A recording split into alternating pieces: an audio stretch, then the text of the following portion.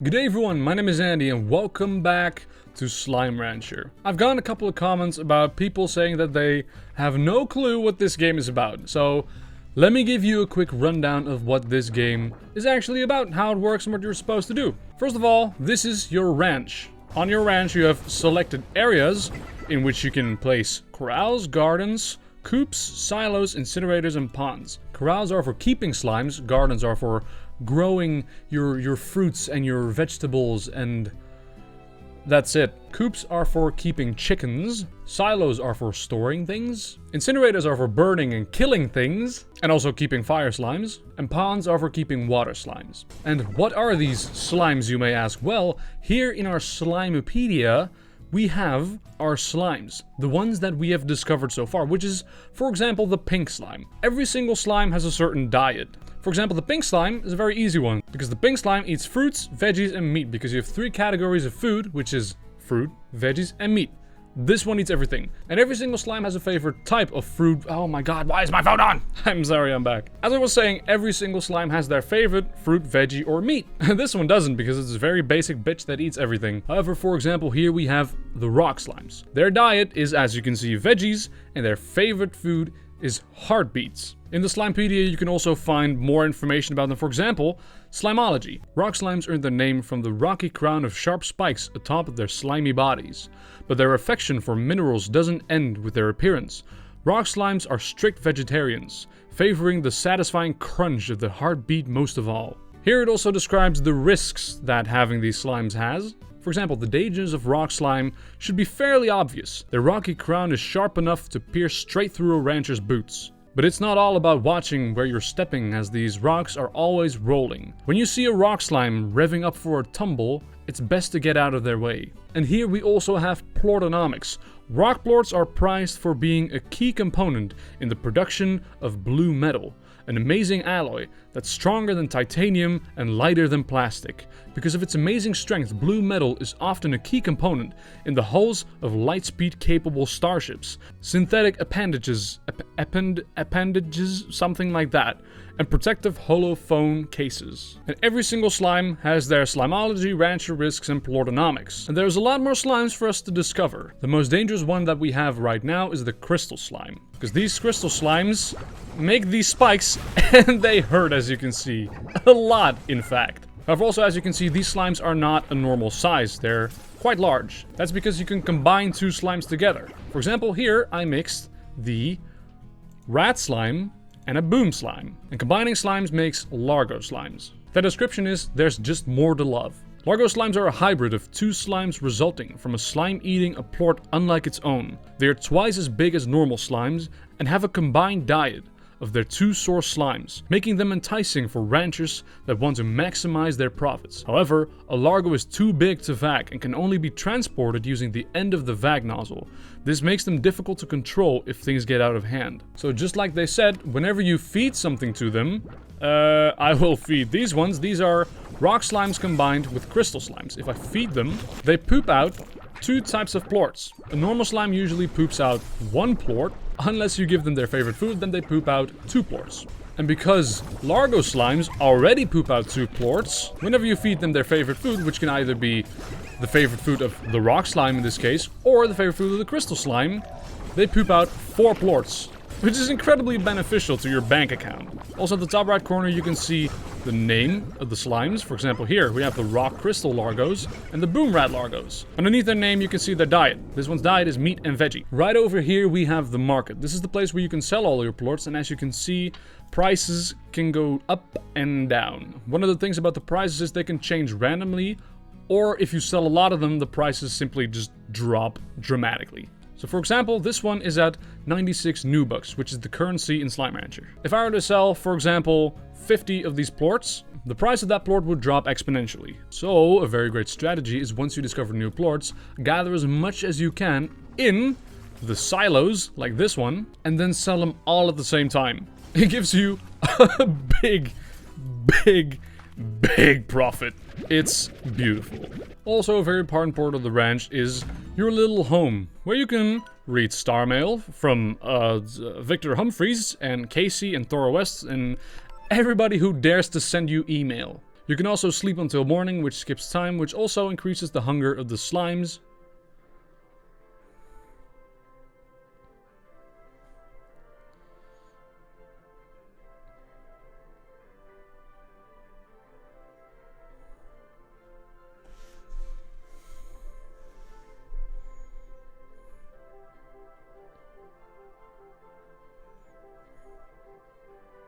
You can also sleep until morning, and one of the great things about that is time passes as you sleep. Because if you sleep in, for example, Minecraft, it only skips through the night and your crops don't grow. However, if I were to sleep in Slime Rancher, your crops do in fact grow, which is very great. The ranch is also divided in multiple parts. Here you just have the area where you start off. You have 8 plots, which you can start off with. However, you also have the laboratory. The lab, which costs 10,000 new bucks. I don't have that, but maybe we can get it this episode. Over here to our right, we have the cave. One of the things about these phosphor slimes is that they simply disappear if they get in contact with the sun for too long. That is also why you can add a solar shield in case you still want to place them outside. However, you can also put them in the cave because there's no sun here. So you can just keep them here and you don't have to buy a solar shield. Another very lovely part of the ranch is the infinite chicken spawner, also known as the overgrowth, which gives you 4? Does it give 4 more? Yeah, it gives 4 more plots, right? 1, 2, 3, 4. Yeah, 4 more plots in which you can do your thing. Right over here, we have the docks. I thought it said the harbor, but the docks. Deep, deep down in the great blue sea, I saw 1,000 slimes smiling back at me. Buying this expansion also gives you 4 more plots, which is great if you want to expand your ranch. Also, one of the great things about Slime Ranch is the music changes whenever you enter a new area. For example, as you can see here on the map, we are in the dry reef. As you can see here in the dry reef, we have collected all of the slime keys, which is perfect. And down here you can see how many treasure pods are left. If you don't know what a treasure pod is, it is one of these things. However, you need a treasure pod cracker for this. Some of the other locations in this game are, for example, right here you have the Indigo Quarry. Then over here, I'm pretty sure this is supposed to be the Moss Blanket. Is it called the Moss Blanket? It's the jungle place. Located here, we have the Ancient Ruins. And over here, to our right, we have the Glass Desert, which is the final location of the game. And you can get a lot of great slimes there. So basically what this game is about is just expanding your ranch, just collecting slimes, making money, making your ranch look as great as possible, because we also have... Wait, how did I open? We have a flashlight. Oh, that's right, I forgot about that. There's also a builder mode in this game, but I think we unlock that after we open up the laboratory. And in the building mode, you can place things like pumps and apiaries and mine thingies. Drills, that's what they're called. And what those things do is basically extract materials out of the ground or out of the environment, which you can put in the refinery and use to make even greater things, for example, like teleporters, or you can create like little bee helpers, which do tasks for you, which is fantastic. And the entire laboratory is just incredibly helpful all around. By the way, time in this game moves 60 times faster than in real life, because every single minute in this game is a second in real life. And this is a very great thing because you can buy yourself upgrades, for example, the tank booster, which gives me a lot of more space in my vacuum tank. That is also something that I should have addressed first of all, because the thing that you're holding in your hand is a vacuum gun thing, basically, which allows you to shoot things and also suck things back up. Down below you can see what you have sucked up. For example, I still have 4 chickens right here, and we can suck them back up or feed them to our lovely friends.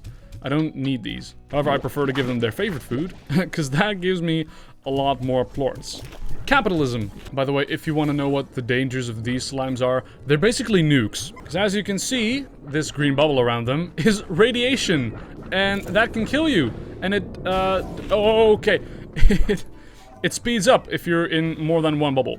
Because for example, as you can see, if I enter here, quite slowly, but if I enter these 3, it goes a lot faster, and you don't want that. And also the reason why they're nukes is, as you can see, they explode, which is not very great if you want to keep your face. Alright, my tank is completely filled with plorts. This is going to be great. Perfect, there we go. Unfortunately, it still doesn't allow us to buy the lab. But I'll keep on going, because I don't give up. Also, a very important thing to note about this game is that once you feed a largo another plort, which is unlike the ones it produces itself, you get this fucker. The tar. Those awful, ravenous rainbows. Their diet is slime's favorite ranchers. The tar are formed when a largo eats a plort unlike the ones it produces. A terrible transformation occurs that turns the slime into a sludge filled with swirling prismatic array of colors and a relentless appetite.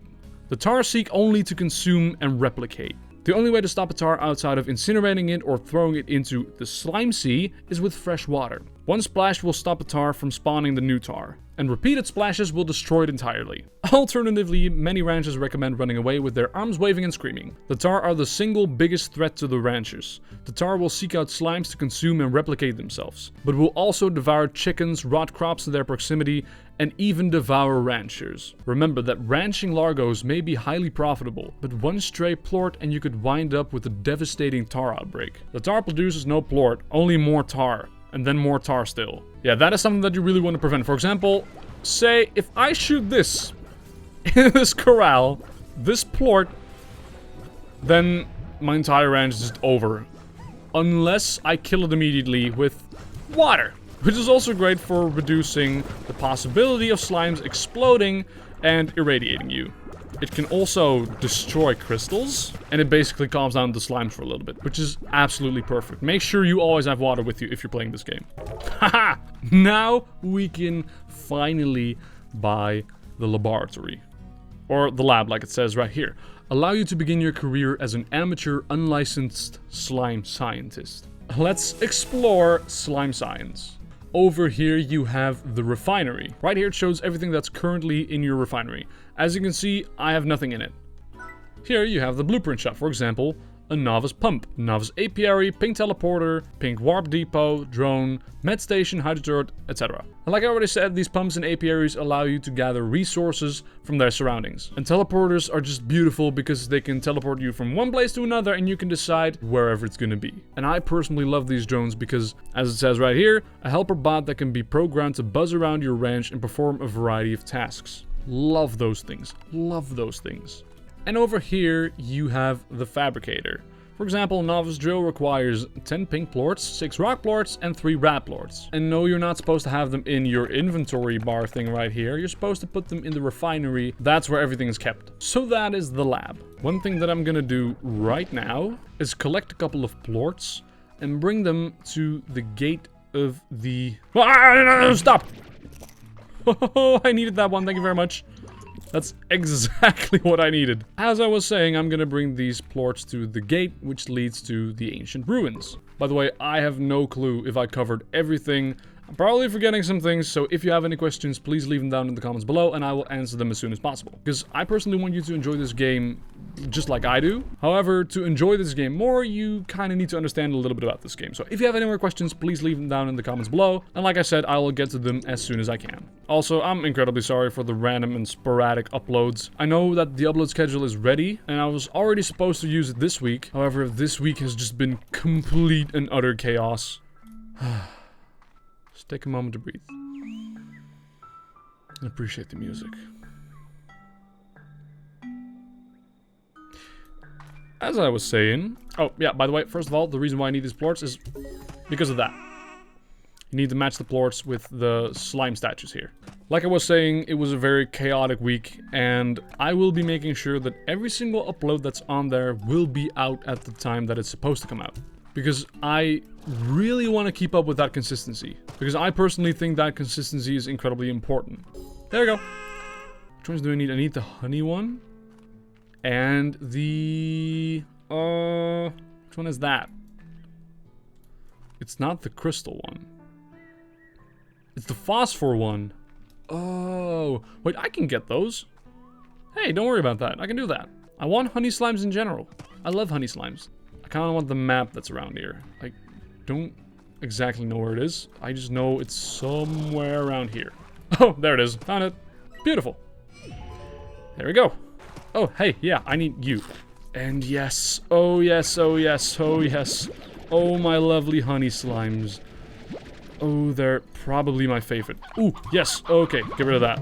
I need mint mangoes.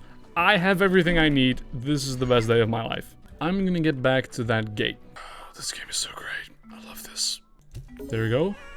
Only the last one left. There we have the last one. Which is exactly where I'm gonna end this episode. I'm sorry, but I don't have a lot of time on my hands right now. As I said, this week has been incredibly chaotic, and I really need to sleep on time. So I can't make this episode too long, because if I go to bed late again, then the chaos just keeps on going, and I want to put a stop to that. So thank you very much for watching this video. If you enjoyed it, please be sure to leave a like and subscribe. Next episode, I will be opening the Gate to the Ancient Ruins. If you have any more questions about this game, please let me know. If you have any more questions in general, please let me know. Ring that notification bell if you want to get notified whenever I upload something, and then I will see you in the next video. Have a good one.